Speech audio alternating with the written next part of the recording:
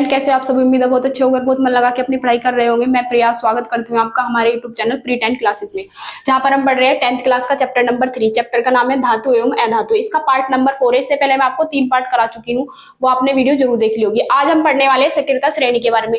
Most important chapter, इस पे आधारित प्रश्न भी मैं आपको कराऊंगी। बहुत ही ज्यादा इंपॉर्टेंट है, इसे बहुत ज्यादा ध्यान से समझना। मैंने आपको विस्थापन अभिक्रिया पढ़ाया था और उसमें बताया था कि अधिक अभिक्रियाशील तत्व कम अभिक्रियाशील तत्व को उसके यौगिक से विस्थापित कर देता है, तो उसको हम विस्थापन अभिक्रिया कहते हैं। उसमें कौन अधिक अभिक्रियाशील है, कौन कम अभिक्रियाशील है, उसी को जानने के लिए हम सक्रियता श्रेणी पढ़ते हैं। तो हम हेडिंग डालेंगे सक्रियता श्रेणी।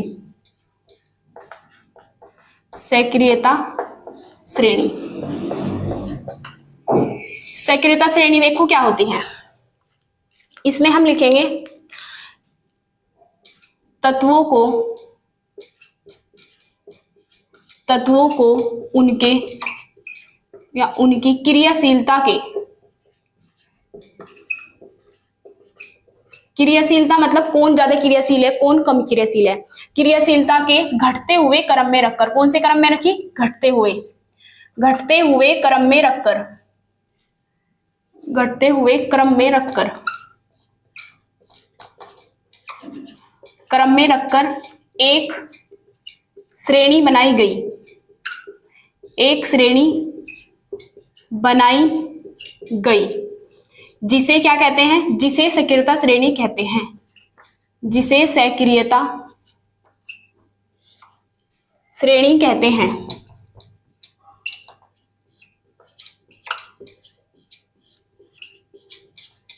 अब ये श्रेणी करना बहुत ज्यादा इंपॉर्टेंट है आपके लिए। देखो मैं आपको इसे ट्रिक से बताऊंगी, उसे आप जरूर याद कर लेना।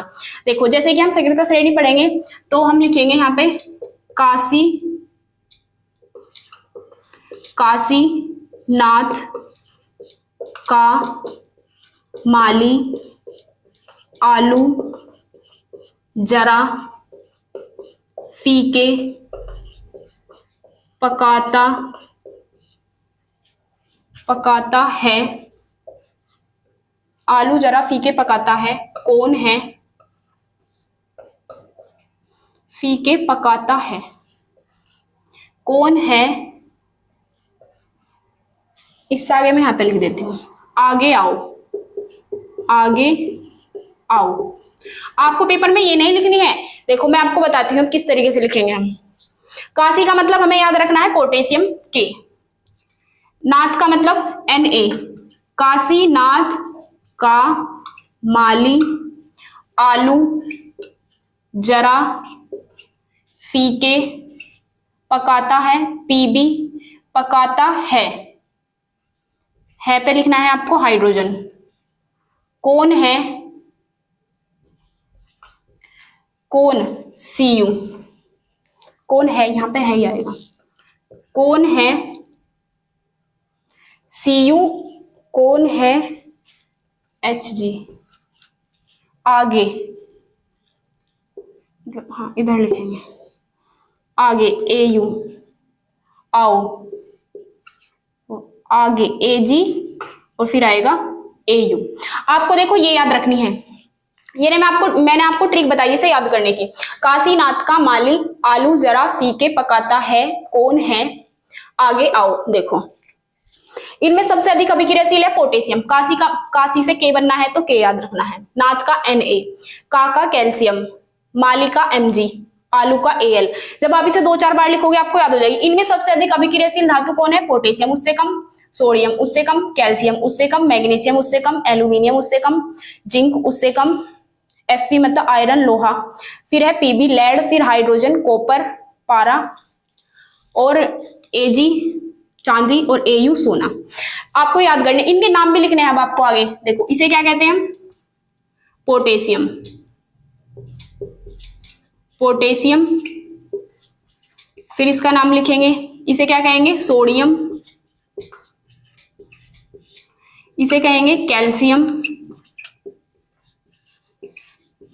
मैग्नीशियम, एल्यूमिनियम,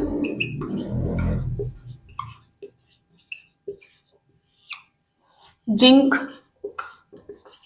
आयरन,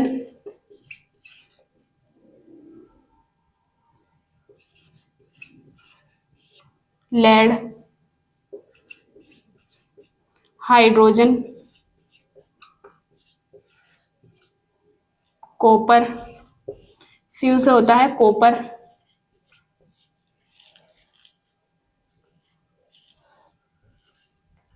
पारा या फिर मरकरी, Ag चांदी, Au गोल्ड।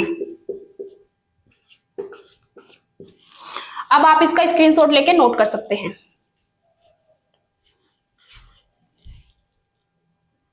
अब हम आगे करने वाले हैं सक्रियता श्रेणी पर आधारित प्रश्न। मोस्ट इंपोर्टेंट है, सक्रियता श्रेणी पर आधारित प्रश्न जरूर आते हैं पेपर में, इसमें से एक प्रश्न जरूर आएगा।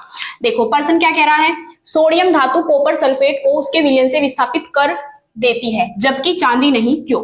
ऐसा क्यों होता है? वो कहना चाह रहा है जो सोडियम धातु है कॉपर सल्फेट को विस्थापित कर देती है। देखो हम अभिक्रिया करके देखेंगे, सोडियम धातु है, कॉपर सल्फेट है, CuSO4, तो क्या होगी इससे अभिक्रिया? सोडियम ज्यादा क्रियाशील है। देखो हमने याद करा था ना, काशी नाथ का माली आलू जरा फीके पकाता है कौन?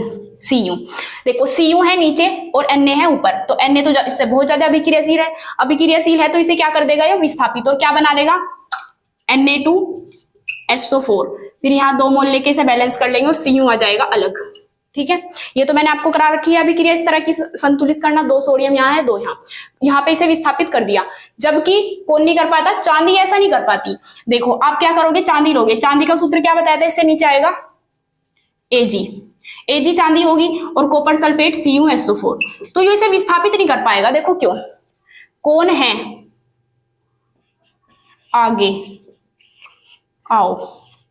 देखो जो Ag है वो नीचे है, कॉपर है ऊपर, तो कॉपर तो ज्यादा क्रियाशील है। जब इनकी लड़ाई होगी तो आपस में क्या होगा?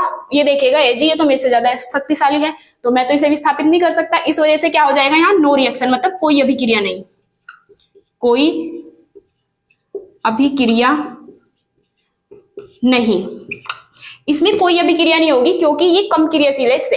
तो अब हमें इसकी लैंग्वेज बना के लिखनी है बस। अभी सारा प्रश्न तो हमने कर ही दिया। हम क्या लिखेंगे? चूंकि सोडियम धातु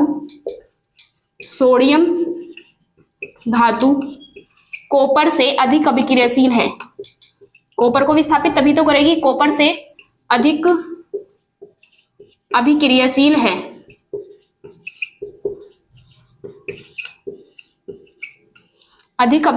है, इसलिए सोडियम धातु कॉपर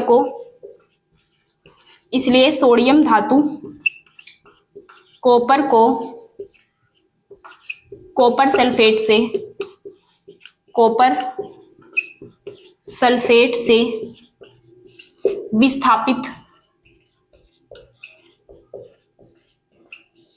कर देगी, जबकि चांदी क्या है? चांदी कॉपर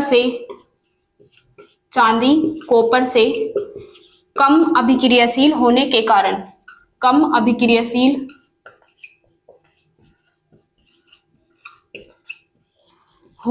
कारण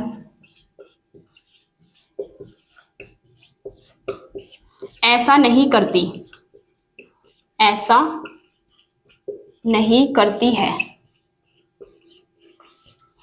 अब आप इसका स्क्रीनशॉट लेके नोट कर सकते हैं। ये नोट नहीं करने तो मैंने आपको समझाने के लिए बताया था, बस इसका आंसर यही है। इस तरीके इससे आधारित बहुत सारे प्रश्न हो सकते हैं।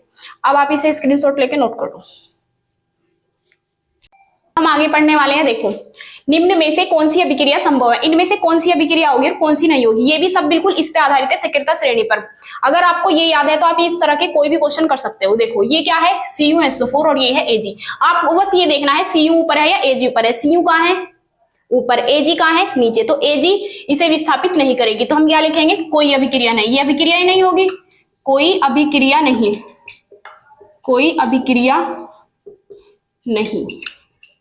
इसी तरह आप दूसरी देखेंगे हम, ये क्या है? ZnSO4 plus Na।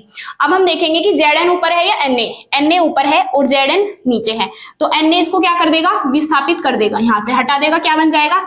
Na2SO4। NaSO4 नहीं बनाना है क्योंकि Na के ऊपर एक ही प्लस होता है, SO4 के ऊपर 2 माइनस होते हैं, तो इसलिए हमें यहाँ 2 प्लस बनाने के लिए 2 Na लेने पड़ेंगे।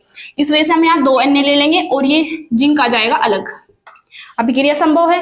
अब तीसरी अभिक्रिया देखेंगे हम। देखो पीबी नीचे है या Fe नीचे है? पीबी कहां पर है? पीबी यहां पर है और Fe कहां है? ऊपर। तो Fe तो भाई इससे ज्यादा शक्तिशाली है, तो पीबी से विस्थापित नहीं कर सकता। तो क्या होगा? कोई अभिक्रिया नहीं, कोई अभिक्रिया नहीं। अब हम देखेंगे नंबर 4। देखो Na ऊपर है या Fe ऊपर है? Na है ऊपर और Fe है नीचे, तो ये इसे विस्थापित नहीं करेगा, नहीं हटाएगा, क्योंकि ये ज्यादा क्रियाशील है, ये कम क्रियाशील है। तो यहाँ पे भी आएगा कोई अभिक्रिया नहीं, कोई अभिक्रिया नहीं। अब देखते हैं हम नीचे नंबर 5, HNO3 की हम Na से अभिक्रिया कराएंगे। अब देखो भाई Na कहाँ है? ऊपर, और H कहाँ है? नीचे। विस्थापित कर देगा, तो हम क्या करेगा? विस्थापित करके NaNO3 बना लेगा और प्लस H अकेला निकलता है, H2 निकलता है, तो हमें इसके 2 मोल लेने पड़ेंगे। तो यहाँ पे 2 NO3 हो जाएगा, इसलिए यहाँ पे भी 2 लेंगे, और ये 2 Na है तो यहाँ पे भी 2 सोडियम नाइट्रेट। ठीक है। अब नीचे Ag है नीचे और Ca है ऊपर, तो इसे विस्थापित कर देगा। तो ये ज्यादा क्रियाशील है, तो इसे Ag को हटा देगा और क्या बना लेगा? CaNO3 का होल ट्वाइस। इसका आपको ध्यान रखना है, होल ट्वाइस क्यों आया? क्योंकि Ca के ऊपर कितने प्लस होते हैं? 2, और एक NO3 के ऊपर 1 माइनस होता है, तो यहाँ 2 ही माइनस चाहिए हमें, इसलिए हमने इसके 2 मोल ले लिए, और प्लस क्या बाहर निकल जाएगा? Ag।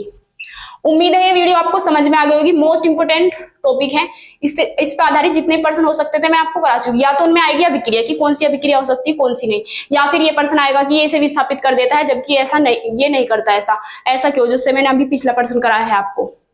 आप इनको इस तरह के पर्सन जरूर करके जाना, पेपर में आपको 1 जरूर मिलेगा। अब आप इसे नोट कर सकते हैं स्क्रीनशॉट लेके।